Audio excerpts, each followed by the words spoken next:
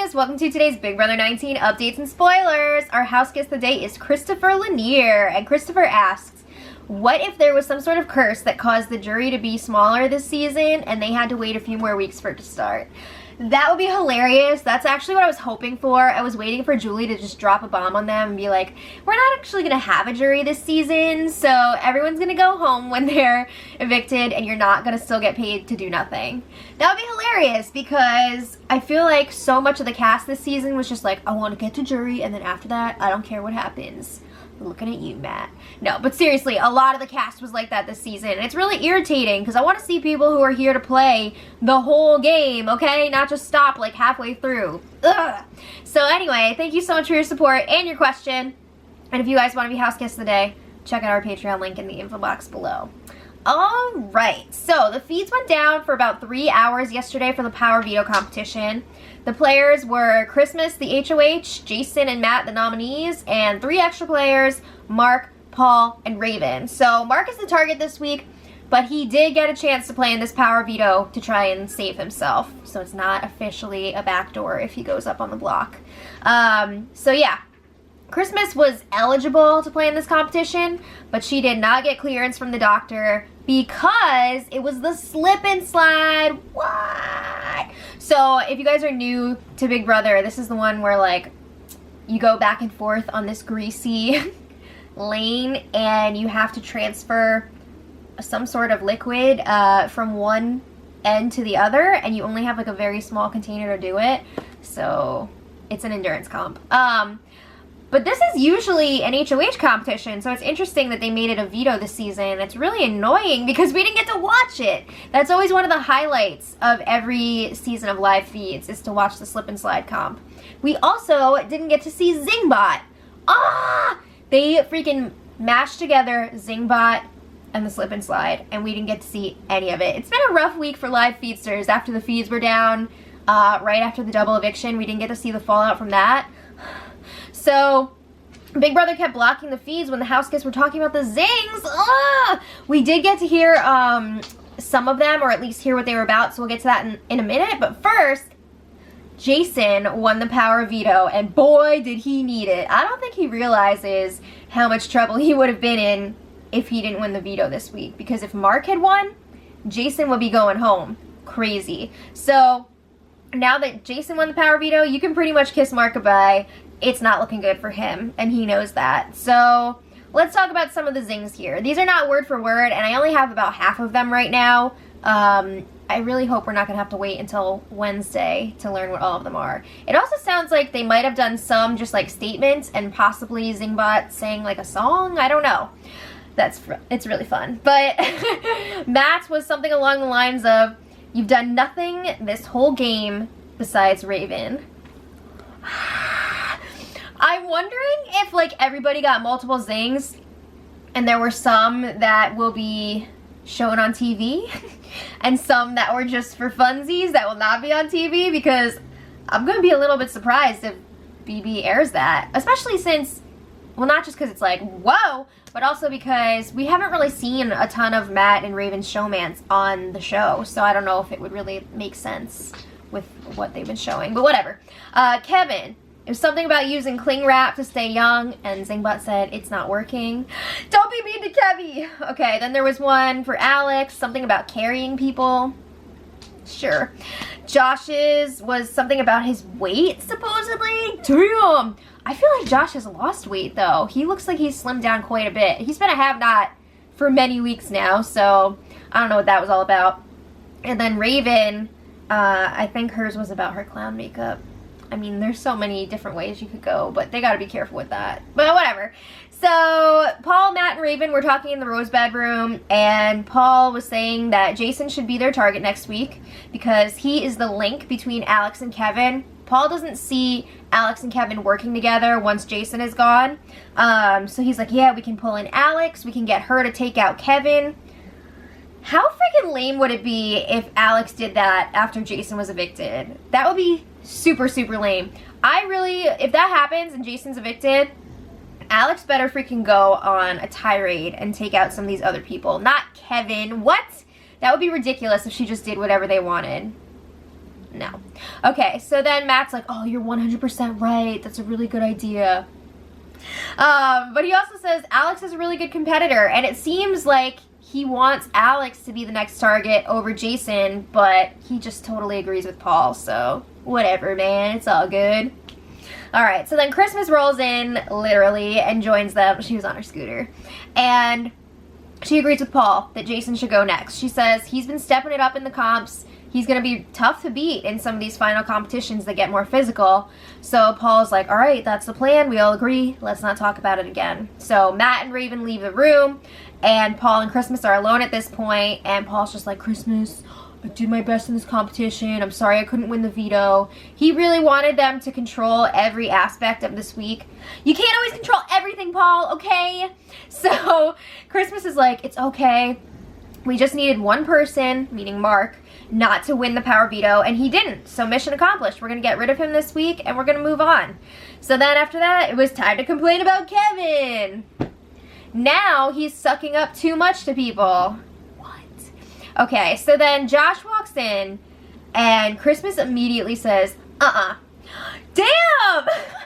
I understand that they don't want to get caught, the three of them talking to each other, but I feel like there's a nicer way to say it. I've seen so many times this season when they try to shoo Josh away, and they're just like, get the F out, Josh. Or they'll say something really mean to him, when they can just be like, no, not a good time.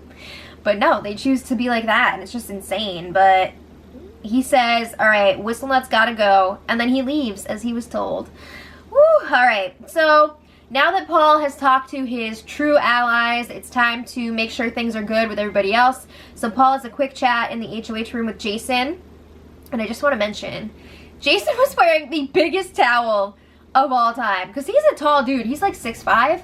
This towel went from the ground all the way up. It was like a freaking full-length gown. That's a big towel. So Paul is telling him, we're effing unstoppable now. Maybe you are. I don't know about everybody else. But he's saying, don't get distracted and paranoid about rats running around the house. And he says this because there is a rat in the house, like an actual rat. Like vermin running around the house right now. And Jason wasn't believing it, so he spent a lot of time talking about it. But I mean, honestly, was Paul talking about the actual rat or the house guest here? So bad. Alright, so anyway, he's telling them don't get caught up in all that stuff. We gotta stay focused, because he's saying they need to pull out this next HOH, but that is not what Paul wants, because he wants Jason out. So he's telling Jason, be careful of Kevin, because he's sucking up to people. Now he's talking to Matt all of a sudden. Maybe he's talking to Matt because you turds won't talk to him anymore. Seriously. Alright, so let's talk about Mark for a little while. He is not totally giving up yet. He knows that he's in a bad spot right now, and he is most likely going home on Thursday, but he's not rolling over and dying yet. So he was talking to Christmas in the kitchen, and he asks her, is there any way that you could see me as an asset moving forward instead of backdooring me this week? And she's like, you know what? I really appreciate the direct questions here, but you gotta understand my hesitations considering our rocky relationship throughout this game. And Mark is like, yeah, I get that. And he says he understands. It's probably easier for her to just go ahead and do what the group wants and be on her way. But then Mark is saying, I've never turned my back on anyone, and I never threw anyone I was working with under the bus. What?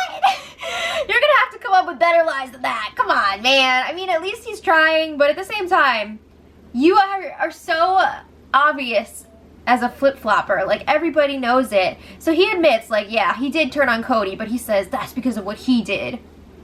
Come on, man. You know you're a flip-flopper. So Christmas is basically saying it all goes back to that first week when Cody tried to put up Paul and then put her up on the block as the replacement. And she still, you know, has her suspicions that maybe Mark knew about that. So she doesn't like that. And she's had a problem trusting him ever since that. So then he asks Christmas to just think about it. And he says, if you keep me around, I'll be loyal to you and Josh. Oh gosh, can you imagine Mark and Josh in an alliance together? Okay, but Christmas agrees to think about it. And then they talk for a little while. No real, like, progress made there. It's not happening. But anyway, Jason and Alex were both still wearing their punishment costumes after the veto, which is crazy because it was like way after the time that they should have taken them off. But Jason's extreme retard punishment was finally over at 11:40 p.m. and Big Brother was all, Jason, that was an extreme week. Good job, your punishment is extremely over. So he takes off his helmet, runs throughout the house, takes off his costume, and gives us one last, I'm so extreme. Yay. All right, and then Paul and Christmas had a quick check-in in the bathroom area. Christmas lets him know Mark tried to campaign to her, and she told him that she'd think about it, but come on. Paul was just like, no. And that was literally, he just went, no. All right, so then Paul also let her know that he talked to Alex and she wants to target Matt next week. So they are all set, you know, she's not coming after them. And although they are working with Matt and Raven right now, they're totally open to Matt going home because they would rather go to the final 5 with Josh, Raven, and Kevin and make sure that there's no pair with them. So that's just working out perfectly for them. I gotta say, Paul really is setting himself up perfectly for the end here. It's ridiculous. It's insane. And if he makes it to the end, he definitely deserves to win. Alright, so then Alex's camp guide punishment finally ended at 12:10 a.m.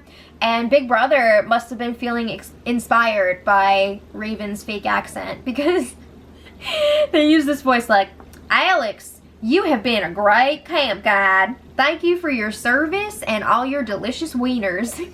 Your job is complete. Ah! Okay, so she drops her equipment, runs throughout the house yelling, no more wieners! And then she starts kicking her equipment. Yay!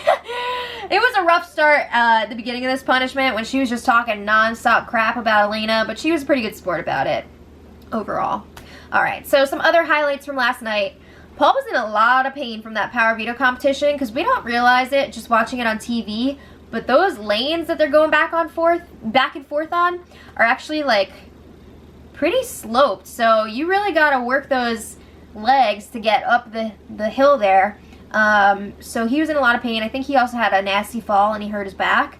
But out of nowhere, once hearing how much pain Paul was in, Raven suddenly has like this full body limp.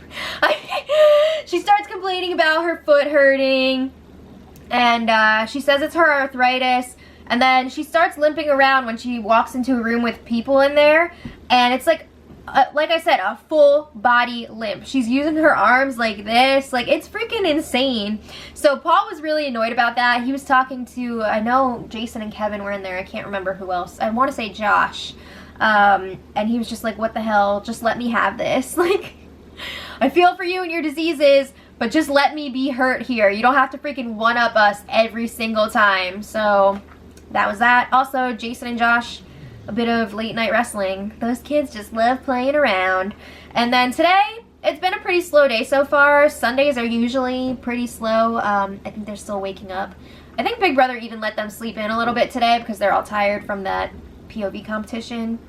But we'll see. I don't know if Mark is going to try to do any other campaigning before tomorrow's veto ceremony, but let me know what you guys think in the comments, and until tomorrow, much love.